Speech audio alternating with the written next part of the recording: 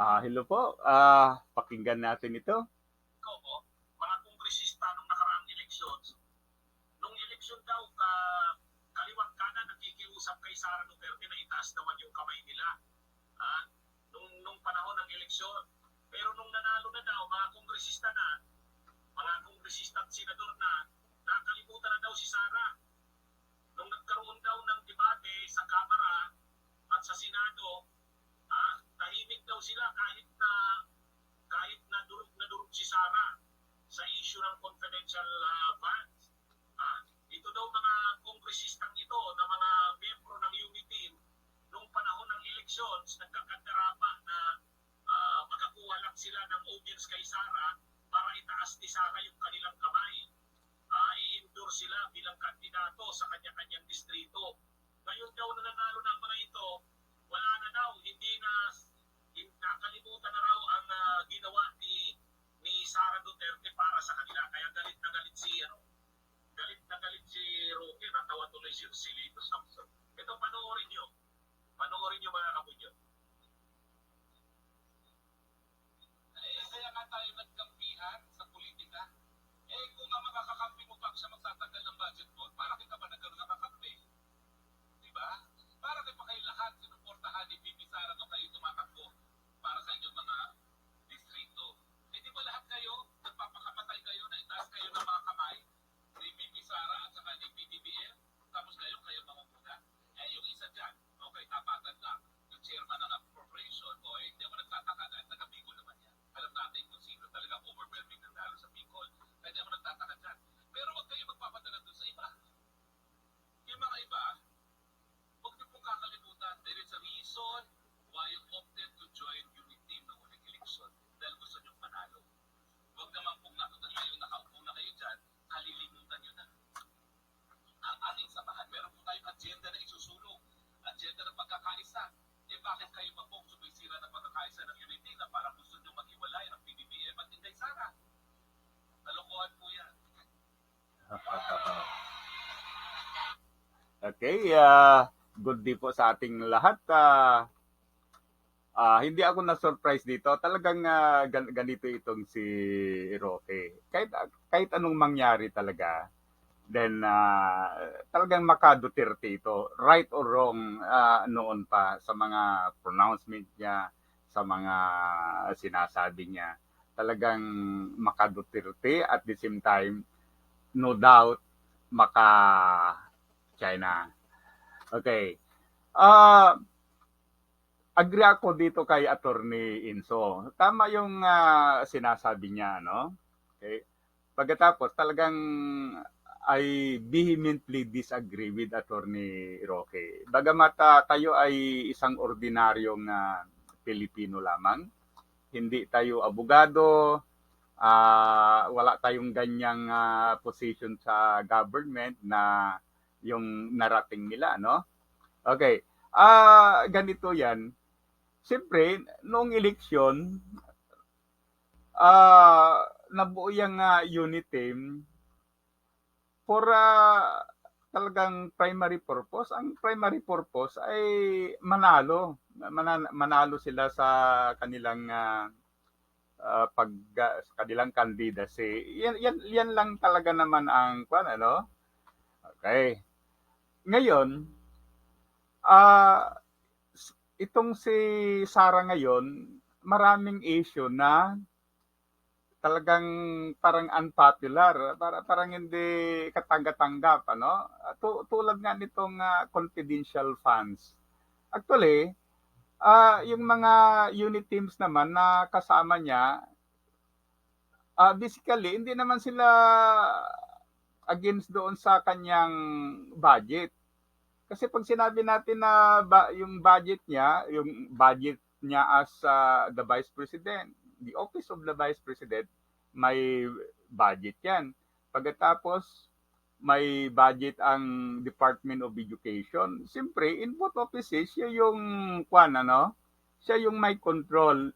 So, wala naman na problema doon. Ngayon nga, ang problema ay yung sa confidential at saka intelligence funds na for me bilang isang Pilipino ay hindi katanggap-tanggap. Why? Kasi naniniwala ko na ang ah, confidential at saka intelligence fund, dapat lang yan sa armed forces. Lalong-lalo na ngayon na mayroon tayong tensyon o possible yung fight with China. So talagang dapat we have to stand up behind our armed forces. So whatever we can give, whatever we can do to help our armed forces, we should do it willingly and with whole heart. So yan ang pananaw ko, ano? Kung sabi ni Dr. Rosie Rizal, talagang si Dr. Rosie Rizal, ibinigay niya yung kanyang buhay para sa bansa, para mabuo ang Pilipinas. Yet ginawa niya. Ngayon, itong mga politiko, hindi naman buhay ang dinidiman ng Pilipinas sa inyo. Yung confidential funds lang, ano? Okay, total mayroon naman kayong ibang budget.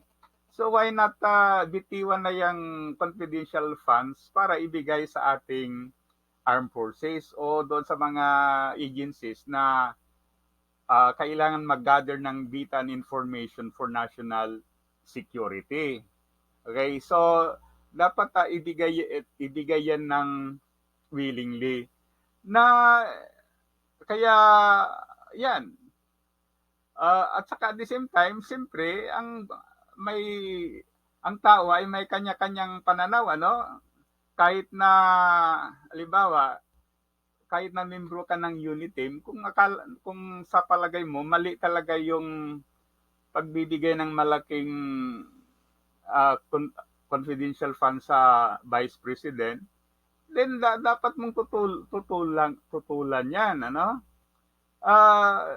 Dapat itong mga officials natin, dapat mag-stick sila sa what is right, hindi sa what political colors do you belong, ano? Okay, porque kaalyado ka ni Duterte, dapat piliin mo rin yung mga decision na dapat mong suportahan. Kung akala mo mali na, then you should back out.